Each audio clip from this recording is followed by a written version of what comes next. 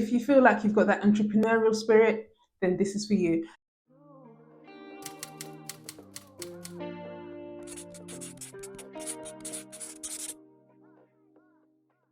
Hello and welcome back to my channel. I hope you are doing well. If you're here for the first time, welcome. This is your go-to space for improving your everyday and making positive change. I'm Phoebe, your fellow explorer on this journey of self-discovery and personal growth. On this channel, we talk all things personal development, productivity, and starting a freelancing career. If you've ever felt like you haven't achieved all that you aspire to achieve, then you are in the right place. This isn't just a channel, this is a community of what I like to call thrivers, and we are committed to making every day count. Be sure to subscribe, click the notification bell to get notified anytime I upload a video. In today's video, I'm going to give you 8 steps on how you can start your freelancing career. Now, if you are a millennial, this is for you. If you feel like you haven't achieved all that you wanted to in your career, and you've seen your friends, have all these successful careers, but you feel like the corporate setting isn't for you, or maybe you just want an extra income, then starting a freelancing career may be just for you. Based on my experience, I'll be providing you with tips on starting your own freelancing career. Now, one thing that I love about the freelancing world is that you can do literally anything. You can create your career, you can pay yourself, you can hire yourself, you can promote yourself, you can do all the things. And I love the autonomy that you have in freelancing, building an independent career. I think it is absolutely great. It also offers you that flexibility. You're able to take charge of your own time. If you feel like you've got that entrepreneurial spirit, then this is for you. Having a freelance career can also act as an extra income for you. So if that's something that sounds great to you, then definitely listen up if you want to start your freelancing career. Now, if you guys know, you know that I'm an online business manager, and that means I provide operational support and admin support as well. So that's what I do within my freelancing career, and I've had to build that up. These are the 8 steps that I have been on in my journey. So the first thing that you want to do is decide what you want to do. Now, in order to do this, you need to figure out what your skills are. What is it that you can do? Now, there's so many things that you have done in your life that you probably haven't even thought about, that can help somebody. If you're really struggling about what skills you can offer or what you can do best, what I suggest you do is ask around. Ask the people close to you, ask the people in your workplace, what is it that I'm good at? Look back at your reviews, your one-to-ones with your managers. I know sometimes it might feel like you haven't done anything and you're at that point where you just kind of feel so deflated, and it can really, really be hard to figure out what is it that I'm really, really good at. But you have to ask around. You want to ask them, what is it that I'm good at? What do you see in me? Or what can I help you with? Think about the things that people have asked you for help with. That's what you want to kind of center your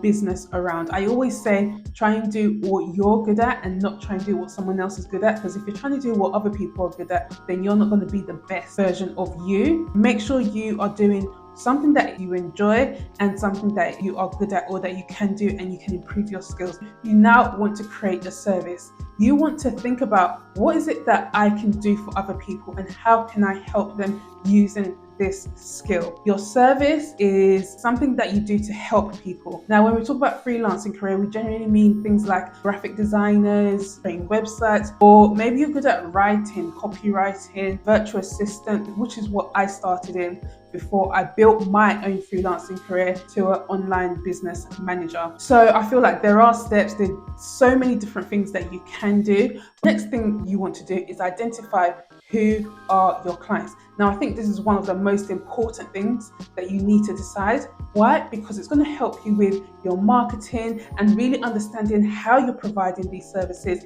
and who you're providing it to, so that when you're marketing your services, you know who you're talking to. So it's really important to know who is it that you're going to be providing these services to, and what is it that they want? What is it that they need as well? And that's how you're going to be able to get your clients, is by understanding who your clients are. The next thing that you want to do is decide your rates. Now, this is very important because you don't want to be charging too little and you don't want to be doing things for free. Now, how are you going to do this? research, have a look around. What are other people charging for these kinds of services? Make sure you just kind of think about how much is it you are going to be charging, and make sure you charge accordingly. The fifth thing that you want to do is build an online presence. Now, what do I mean by building an online presence? Okay, things like your website, your social medias and things like that. You want to build an online presence. I would say your website is important because this acts as your CV, it's your resume, it's where people come to find out more information about you. Now, some people say you don't need a website. However, I say you do, because it's your shop window. This is where people are going to see what it is you're offering, find out more information, and kind of decide whether they want to buy from you or not, or whether your service is right for them. So you want to make sure that you have an online presence. Now, when it comes to your website, it doesn't have to be the fanciest thing in the world. Things are always going to be improving. When you have a freelance business, you're going to find that you are always improving and always building on what you already have. You want to have your abouts, what the services that you provide, who it's for as well. You want to make sure you have your website up and running as well, so that people can find information about you. You also want to make sure you have your emails done as well, so that people can email you regarding your services as well. The next thing that you want to have is create a portfolio. Now, your portfolio will show people what it is you have done. This can be hosted on your website, but it's very important to have something like this. If you're starting a freelance business, it might be difficult to put a portfolio together. What I do recommend is having a testimonials page. So where people have spoken about you, this is the kind of person you are, what it's like to work with you. You can ask people, whether that's in your job or people around you, people you have supported, helped with before, just whoever, like ask them for a testimonial about you. This will help people to make decisions about whether they want to work with you. It's good to say, yes, I can do this, I can do this. But when you have other people say, this is the things that you're good at, or the kind of person you are to work with, then this kind of helps people to make the decisions about working with you. Okay, so make sure you build a portfolio or gather testimonials where you can and place them on your website. The next thing that you want to have is your contracts. Now, your contracts are super important. I would never tell you to work without a contract. This is the terms, the conditions, and the agreement between you and your clients. Okay, so you want to make sure that your contracts are in place. You can Google this. There are plenty of different kinds of contracts online based on your services. I'll definitely recommend that you just check them out, have a read through them, and add any necessary things. Once you start growing, you might want to get someone or solicitor to look over that a bit later on. The last thing that you want to do is market your services like a pro. Now, what do I mean by marketing your services?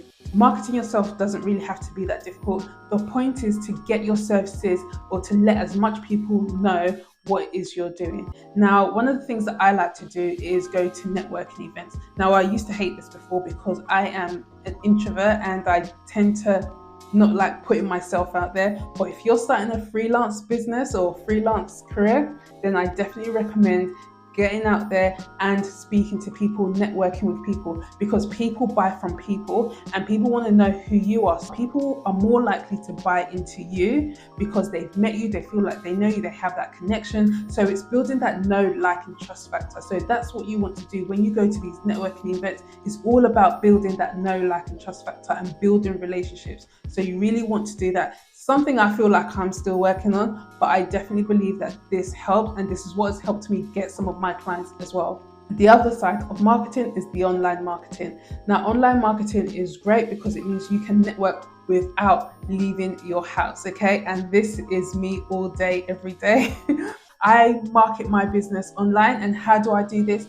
Through social media, right? I speak to people, I create content, and I put it out there. And that's something that you should be doing. You want to showcase what you can do, talk about it, become that expert online, that go-to person that people will go to for this kind of service, okay?